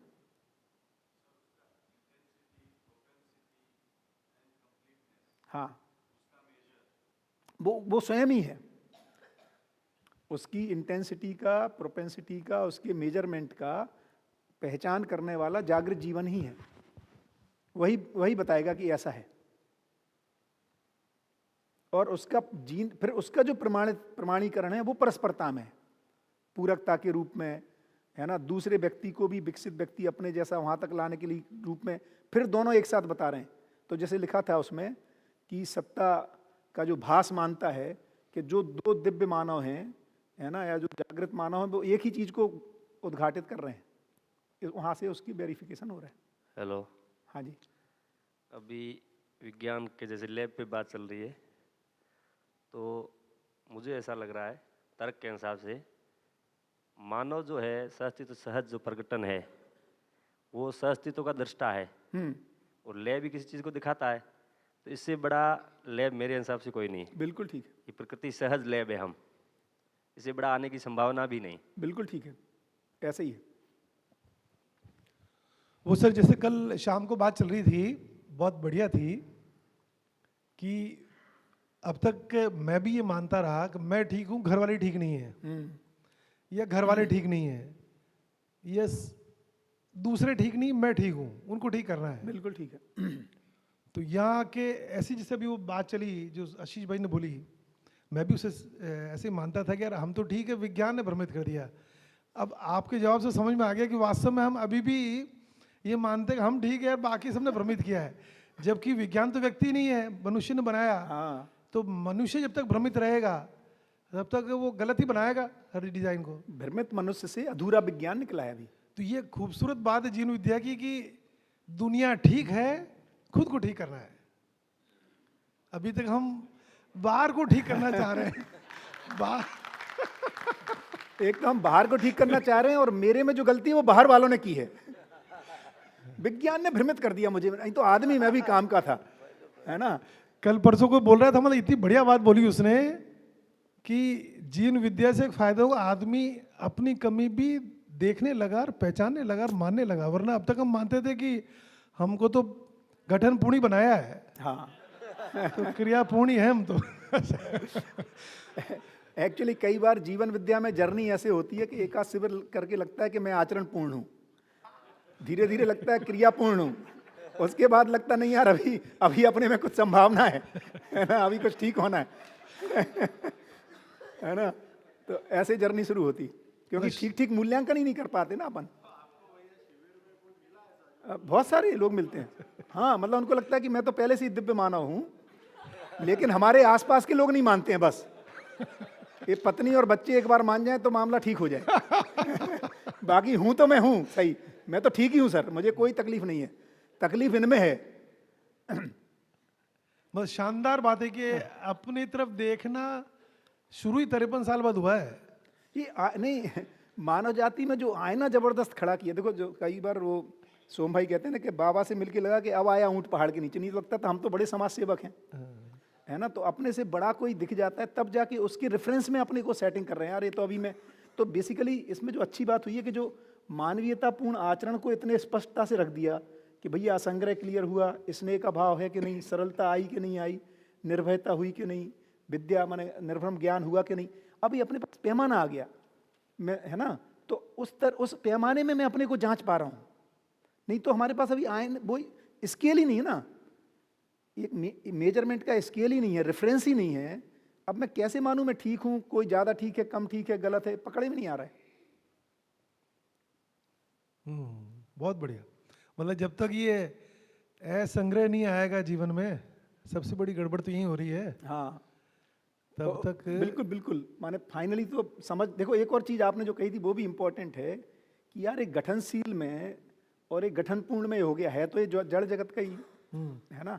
तो ये क्यों नहीं हो सकता है कि आपकी सेल्स का ही कोई केमिकल लोचा है जो आशा विचार इच्छा करता है? ये शरीर से भिन्न इकाई है, इसको कैसे पहचानेंगे? हो सकता है ब्रेन में ही कुछ केमिकल लोचा हो रहा हो और उसमें आशा विचार इच्छाएं होने लगी हों, वो शायद- न्याय चाहने लगा हो। शायद ये विज्ञान तो ये मानता है ना कि मन जो है नहीं तो बुद्धि का आप एक बिल्कुल ब्रेन का ब्रेन हिस्सा है। है। मन में ही कुछ केमिकल लोचा होता है जो न्याय की चाहत करने लगता है। मान लो ऐसा हो, अब आप कैसे कहोगे कि ऐसा नहीं है? इसको पकड़ना पड़ेगा ना। नहीं, कोई केमिकल की तो कैसे इच्छा होगी दुखी होने की, सुखी होने की? तो इसलिए वो तो जैसे लॉजिकल लग रहा है मुझे। जैसे उस परमाणु की होने लग गई। हाँ, अब ये सवाल आ रहा है कि वो गठनपूर्ण परमाणु में ऐसा क्या हो गया? हाँ, आया तो जड़ से ही था। वही उसमें ऐसा कैसे हो गया? भार इन तो समझ में आता, भाई 60 जो अंश थे उनके सम्मिलित प्रभाव से जो मध्यांश है वो भी भारहीन हो गया। ठीक बात। तो ठीक है, लेकिन ये दुख सुख का चक्कर कहाँ से आ गया इसमें? बहुत बढ़िया। तो इसको हाँ, केमिकल लोचा की बात की आपने, तो वो देखने वाला कौन है? हाँ, उस केमिकल लोचा को कौन देख रहा है? तो उसमें कई तरह से देख सकते हैं, पर जो वो कह रहा हूँ केवल तर्क की बात कर रहा हूँ। देखिए, यदि मान लो शरीर के कोई हिस्से में होता है सुख दुख, तो कोई एक हिस्सा कट जाने से वो सुख दुख गायब हो जाना चाहिए। वो कौन सा हिस्सा, यदि इसको पहचान पाए, एक तो ये मुद्दा है। दूसरा ये है कि ये जो पांचों क्रियाएं हैं, आशा विचार इच्छा, ये किसी के पैर कटा हुआ है तो भी उसमें पांचों हो रही हैं। ऐसा नहीं हो रहा कि उसमें 4.5 हो गई, छोटा हिस्सा चला गया, है ना। तो शरीर का मुद्दा नहीं दिख रहा है इसमें। दूसरा और इम्पोर्टेंट ये दिख रहा है कि देखो, आपका शरीर मेरे शरीर से भिन्न है। आपका जो DNA RNA है और मेरा अलग है, और वो जो अफ्रीका में बैठा उसका एकदम अलग है। लेकिन आप भी न्याय चाहते हो और मैं भी न्याय चाहता हूँ और वो भी न्याय चाहता है। इसका मतलब कोई एंटिटी है जो हम सब में कॉमन है, जो इसको चाहती है। बढ़िया विश्लेषण, बढ़िया है ना। तो वो शरीर से भिन्न कोई एंटिटी है, इसलिए उसका नामकरण सिर्फ कहा है जीवन। हाँ हाँ हाँ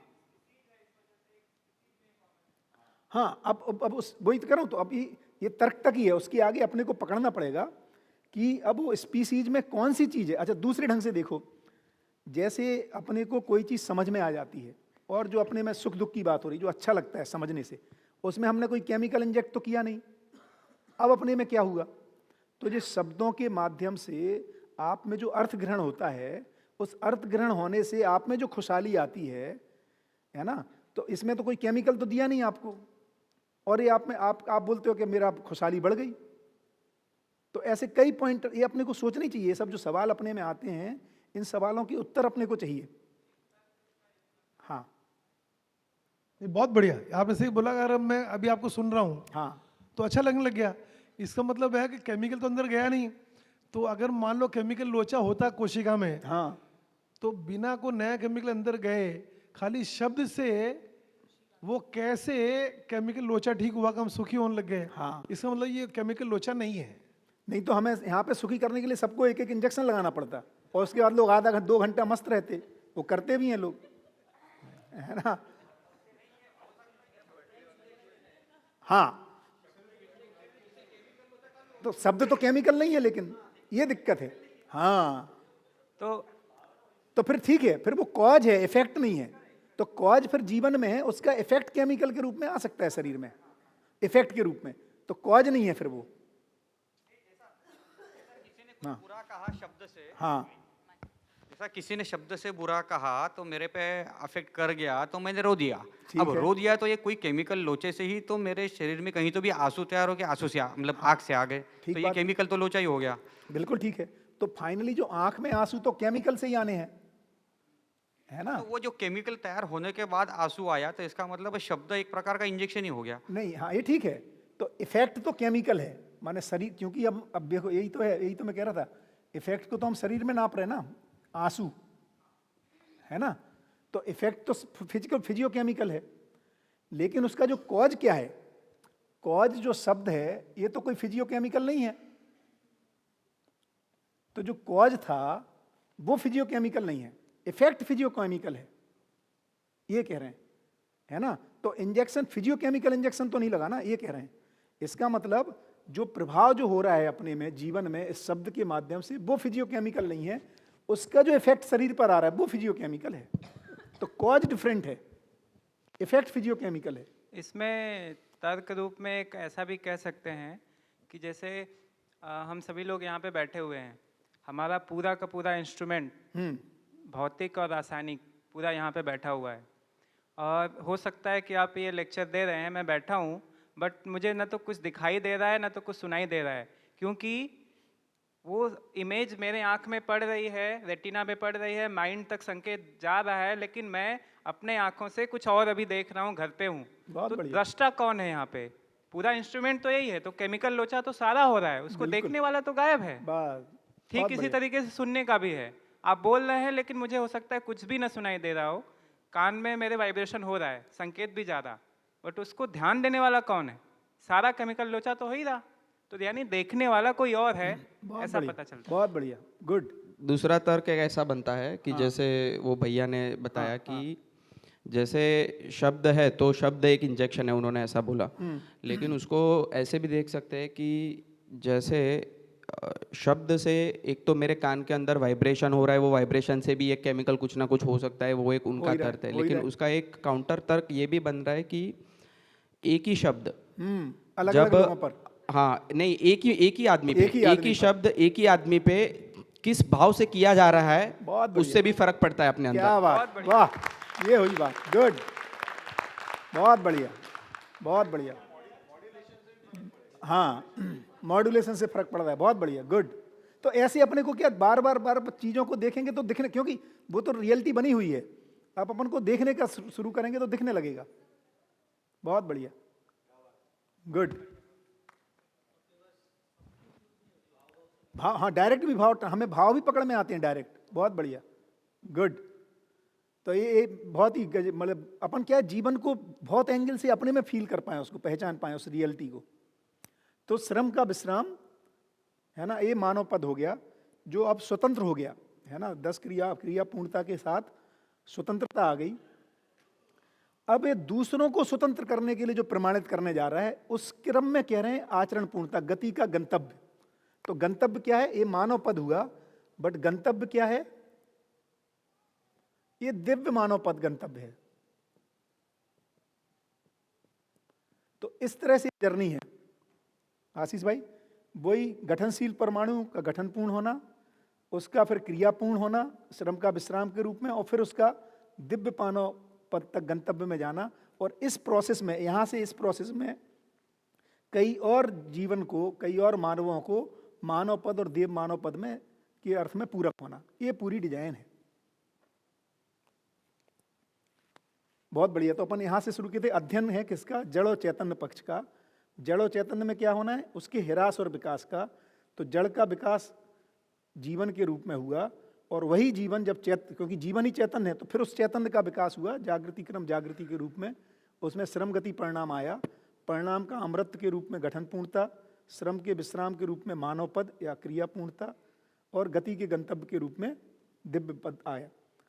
तो मानव व्यापक में अनुभव संपन्न मानव ही, अच्छा यहाँ से फिर चल रहा है वो इकाई में श्रम गति परिणाम है जो हमने देखा, और जिसको व्यापक में अनुभव संपन्न मानव उद्घाटित करता है। अब मानव अनुभव का प्यासा है, मानव तो हमेशा से अनुभव जागृति का प्यासा ही है ना। जैसे पिछली बार आया था, समझना चाहता है और अनुभव करना चाहता है, और श्रम का क्षोभ ही विश्राम की तृषा है। ये बहुत मजेदार है। तो अब क्या हो रहा है कि हम बहुत सारा श्रम कर रहे हैं और यहाँ पर आ नहीं पा रहे हैं मान लो, तो इससे और प्यास बढ़ रही है हमारी तृषा जो है। इसीलिए मानव जाति अनुसंधान करने चलती है। नहीं तो क्यों अनुसंधान करेगा कोई? क्योंकि वो किसी में घनीभूत हो जाती है वो प्यास, कि नहीं यार अब इसके बिना काम नहीं चलेगा, ये तो करना ही पड़ेगा। इसीलिए जागृति निश्चित है, माने कई लोगों का एक अनुसंधान होना स्वाभाविक घटना है। और उसका फिर अनुभव प्रमाण बोध का संप्रेषण कहाँ होगी? तो मेधस तंत्र के माध्यम से ही, मानव परंपरा में ही वो संप्रेषणा होगी। तो एक निर्भ्रांत इकाई अनेक भ्रांत और भ्रांत इकाइयों का प्रेरक के रूप में हो जाता है, जो अपने का मानव के बाद है ना, उस स्थिति में। बढ़िया। तो ये एक्चुअली सार संक्षेप में निर्भ्रमता ही विश्राम। फाइनली हम सब निर्भ्रम होना चाहते हैं, समझदार होना चाहते हैं, जिससे कि हम एक विश्राम की स्थिति को पा जाएं, जो एक श्रम हमारे में बना हुआ है, मानसिक श्रम क्षोभ के रूप में, है ना, उससे फ्री हो जाएं। बढ़िया। श्रम का क्षोभ का मतलब है कि, अच्छा वो मैंने मिटा दिया, हाँ ये रहा, कि बेसिकली क्या हो रहा है कि मेरी जो समझ है उसके अनुसार मैं कुछ योजना बनाता हूँ, उस समझ में किसी फल परिणाम को पाने के लिए उसको योजना बनाता हूँ, और उस योजना को एग्जीक्यूट करने के लिए कार्य योजना बनाता हूँ, एग्जीक्यूशन प्लान, है ना। तो ये प्लानिंग है, ये एग्जीक्यूशन प्लान है। जब उसको एग्जीक्यूट कर देता हूँ, उससे फिर कुछ रिजल्ट आते हैं। उस रिजल्ट को, जो मैंने रिजल्ट पहले माना हुआ था, जिस रिजल्ट के लिए मैं चला था, इस प्लानिंग को एग्जीक्यूट किया, वो रिजल्ट यदि नहीं मिलता है तो इसमें जो गैप है ये श्रम का क्षोभ है, नहीं तो नहीं है। क्योंकि श्रम तो मानव भी करता ही रहेगा, मानव पद में आने के बाद भी। उसमें क्या हो रहा है कि वो जिस रिजल्ट को पाने के लिए योजना बनाता है और उसको एग्जीक्यूट करता है, जो फल परिणाम आता है वो मैच कर जाता है, इसलिए उसको श्रम का क्षोभ नहीं होता है। तो श्रम का क्षोभ का इतना ही मतलब है कि हमने जैसे शेयर मार्केट में कोई प्लान किया कि यार इसका शेयर बढ़ना चाहिए, है ना, उसके लिए योजना बनाई, इसमें है ना इतना पैसा लगाएंगे, एक एक्स अमाउंट अपना परसेंटेज, उसको एग्जीक्यूट कर दिया और हमें लग रहा था 2 साल में रिजल्ट पहुंचना चाहिए और पहुंच गया, तो हमें श्रम का क्षोभ नहीं होता, बढ़िया रहता है यार, बहुत बढ़िया, मजा आया, गुड। लेकिन नहीं पहुंचा तो क्षोभ हो गया। अच्छा, अब फाइनली मेरा फाइनल रिजल्ट क्या चाहता हूं, निरंतर सुख के रूप में, तो वो एग्जीक्यूट होने पे मेरे रिजल्ट, सामयिक रिजल्ट आ भी गया, शेयर डबल हो गया और डबल की सोचा था 5 गुना भी हो गया, लेकिन चूंकि निरंतर सुख नहीं होता है तो कुछ देर के बाद वो फिर क्षोभ हो जाता है, क्योंकि उससे वो तो मिला ही नहीं जो चाहिए था, तो फिर योजना बनती है।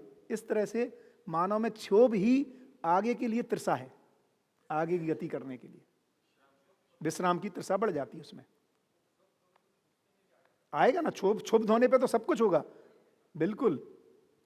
तो अभी हो क्या रहा है कि क्षुब्ध होने पे वो जो दुखी हो रहा है, दुख जो गुस्सा, अक्षमता जो गुस्सा में निकल रही है, यदि वो इतना पहचान ले कि ये मेरा क्षुब्ध होना हुआ, हम अभी गुस्सा कर रहे हैं और ये बोलेंगे तुम्हारी वजह से गुस्सा आया, बस इतनी एरर हो रही है।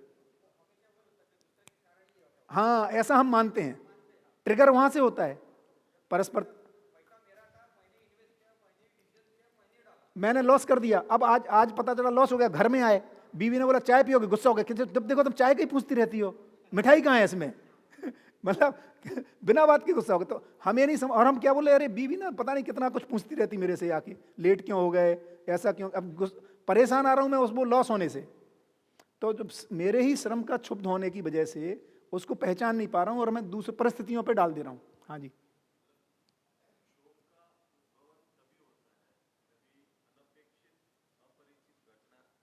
बिल्कुल, इतना ही है मामला, इतना ही मामला है। बहुत बढ़िया, ठीक है। तो मुझे लगता है 72 पेज तक का एक ओवरव्यू हो गया। इसमें पेज के थ्रू रन करना है या ये मुझे लगता है पर्याप्त है, तो आगे के पेज पढ़ लिए जाएं, आगे के पढ़ लें तो मुझे लगता है ठीक रहेगा। हाँ, ब्रेक के बाद कर सकते हैं। हाँ हाँ, बढ़िया बढ़िया। तो मैं पहले सेट कर देता हूँ। अच्छा, कुछ क्वेश्चन है? हाँ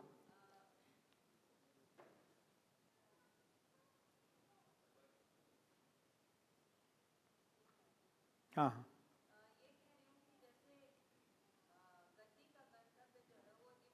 हाँ के बाद भी क्या गति है? नहीं, निरंतरता है। हर पूर्णता के बाद उसी पद में निरंतरता है, क्योंकि वो जागृति की परंपरा के लिए काम तो करेगा। बिल्कुल। तो काम ही क्या बचा? हाँ, यही काम बचा। तो वो निरंतरता है। जैसे गठन पूर्ण परिणाम, ये जो परिणाम निरंतर हो गया कि नहीं, अभी ये बदलेगा नहीं, ऐसे ही ये वाला पद भी निरंतर है, उस पर निरंतर क्रिया, यही काम करना है, इसी में क्रियाशील है, निरंतर गति है। फिर वो निरंतर गति, गति का गंतव्य पहुंचने के बाद गंतव्य की निरंतरता, उस पद पे बने रहने की निरंतरता, ऐसा हर पूर्णता के बाद निरंतरता है। तो 2 काम कर सकते हैं। हाँ, एक तो ये कर सकते हैं कि अभी तक देखिए अपन ने इतने चैप्टर, अपन ने 40 से शुरू करके 72 तक आ गए, है ना, या चलो इसको पूरा कर लेते हैं 81 तक। उसके बाद फिर थोड़ा अपन लिखेंगे कि अब मुझे क्या समझ में आया, इतने 2-3 चैप्टर पढ़ने 40 से 40 पेज करके।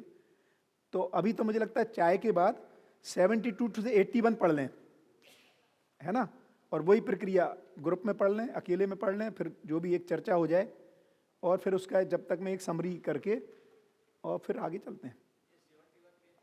हाँ बताइए बताइए। 71 अध्ययन के मूल में। हाँ बढ़िया बढ़िया। तो देखिए अध्ययन का मतलब क्या है। तो अध्ययन के मूल में जड़ चैतन्य पक्ष का तथा जड़ चैतन्य पक्ष के मूल में उसके ह्रास और विकास का अध्ययन करना है। तो जड़ जगत में ह्रास क्या है और विकास क्या है। तो जड़ परमाणुओं में जो ह्रास और विकास है, तो विकास की स्थिति जड़ परमाणु में है कि वो गठनपूर्ण बन जाता है, और उस दौरान विकास क्रम में जो रचनाओं में विकास होता है वो समृद्ध शरीर का बन जाना तक हो जाता है। पेड़ पौधे का बनना, पशु शरीर का बनना, मानव शरीर का बनना। तो जब मैं जड़ पक्ष का अध्ययन कर रहा हूँ तो ये अध्ययन कर रहा हूँ, और जब चैतन्य पक्ष के ह्रास और विकास का अध्ययन करेंगे तो चैतन्य पक्ष में जो परम विकसित स्थिति है वो है दिव्य पद, तो उसका विकास का अध्ययन। और जो गिरने वाली स्थिति है वो है अमानवीयता, है ना, दीनताहीनता, क्रूरता। तो इन दोनों का अध्ययन कर लेने से चैतन्य पक्ष का अध्ययन हो गया। तो अध्ययन के मूल में जड़ चैतन्य पक्ष का, और जड़ चैतन्य पक्ष का अध्ययन का मतलब क्या है कि उसमें ह्रास और विकास क्या होता है। अब ह्रास और विकास को जब देखेंगे तो पता लगेगा विकास क्यों हुआ है, ह्रास क्यों हुआ। तो उसके मूल में जब देखते हैं तो पता लगता है श्रम, गति और परिणाम का अध्ययन करना पड़ेगा, क्योंकि विकास के अर्थ में ही परिणाम का अमृत हुआ, एक परिणाम का अमृत हो गया, श्रम का विश्राम हुआ और गति का गंतव्य हुआ। तो कह रहे हैं कि जब हम एक अध्ययन कर रहे हैं जड़ चैतन्य का, तो बेसिकली किसी इकाई का अध्ययन हो रहा है, और इकाई में श्रम, गति, परिणाम रहता है हर इकाई में। जैसे हम कुछ ना कुछ श्रम करते ही हैं, कुछ रिजल्ट आता है ना, उस श्रम के अनुसार कुछ गति करते हैं, फिर कुछ रिजल्ट आ जाता है।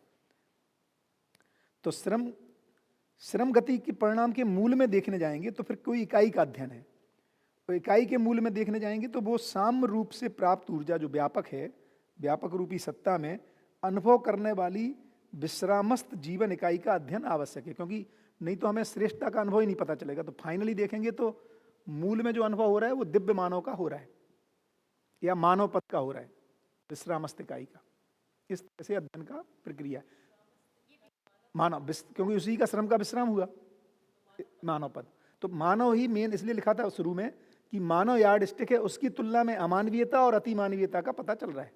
तो रेफरेंस के रूप में विश्रामस्थ इकाई का अध्ययन है। इसलिए कह रहा है कि मानव का अध्ययन ही शिक्षा का मानवीयकरण है ना। तो मानव का अध्ययन करने से, हाँ जी, इकाई जिसका श्रम का विश्राम हो गया, जो समाधानित हो गई, समाधानित हो गई, जागृत जीवन का अध्ययन है। हम सब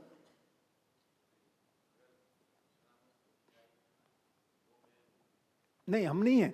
विश्रामस्थ इकाई का अध्ययन अब कराया जा रहा है। जो विश्राम को पा गई, अनुसंधान जिसने हो गया वही, क्योंकि विकसित ही कम विकसित के लिए प्रेरक होगा। बिल्कुल ठीक, बहुत बढ़िया। हाँ, तो अध्ययन करने वाला मैं हूं, कराने वाला वो है। हाँ जी,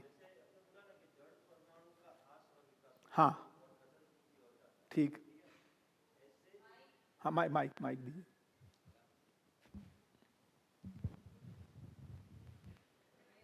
यस, तो आपने जैसे बताया कि जड़ परमाणु का ह्रास और विकास है और गठनपूर्ण परमाणु की ओर विकास का मतलब गठनपूर्ण हो गया। यस, हाँ। तो ऐसा जीवन अंश, जीवन परमाणु में ऐसा ह्रास और विकास भी होता है ना, होता है। तो जड़ परमाणु के लिए ताप, विद्युत, दबाव, ये सब परिबल है जो उसका ह्रास विकास करते हैं।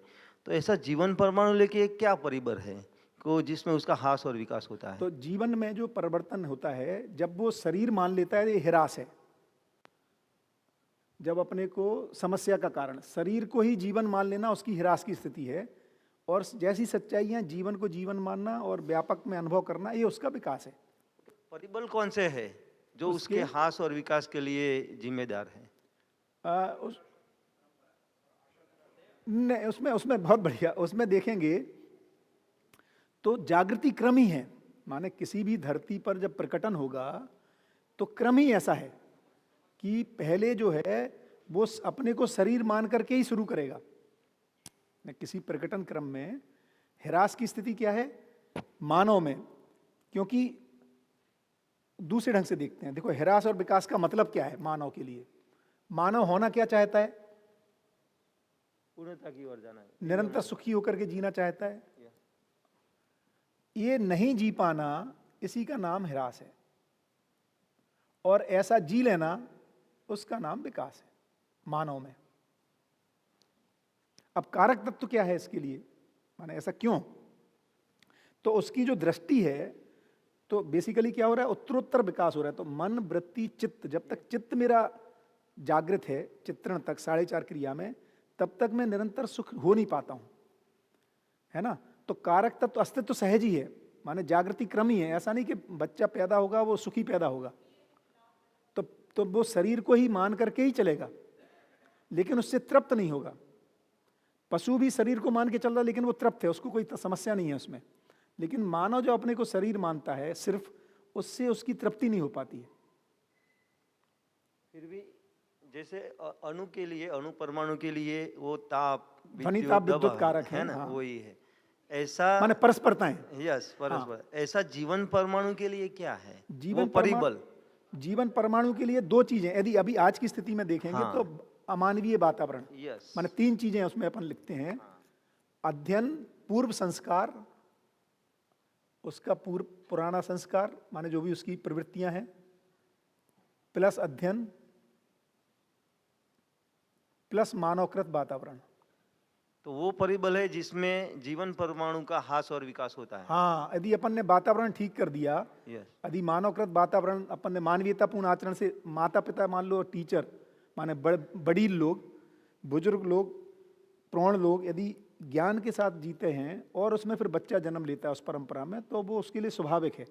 अभी यही कह रहे थे कि जब जन्म की, जहाँ से अपन ने शुरू किया, जब जन्म की घटना हो रही है, तो बच्चा जितना अच्छा है, माने न्याय का याचक के रूप में है, सत्य वक्ता है और जिज्ञासु है, एक उम्र बढ़ने के साथ परंपरा में भ्रमित हो जा रहा है वो, है ना। तो परंपरा में क्या हो रहा है, उसको लाभोन्माद के लिए हमने प्रेरणा दे दी, कामोन्माद के लिए प्रेरणा दे दी, और भोगोन्माद के लिए हमने उसको बोला कि देख भैया, भोग में ही, सुविधा संग्रह में ही जिंदगी है, इसी में सुख मिलेगा। ऐसा हमने अपने ही बच्चों को, है ना, प्रेरित कर दिया उस दिशा में। तो ये एक कारण है, इसको कारण तत्व को देखेंगे तो। यस, तो उसको एनवायरनमेंट में से जो मिलता है, परिवार में से जो मिलता है, अनुभव से जो मिलता है, वो परिबल है उसकी ह्रास और विकास के लिए। Thank you. बिल्कुल ठीक, बढ़िया। तो बढ़िया, ब्रेक किया जाए, उसके बाद 72 से 81 पेज पढ़ लें, ब्रेक के बाद पढ़ लेंगे, चैप्टर खत्म कर देंगे, 8-9 पेज ही हैं उसमें।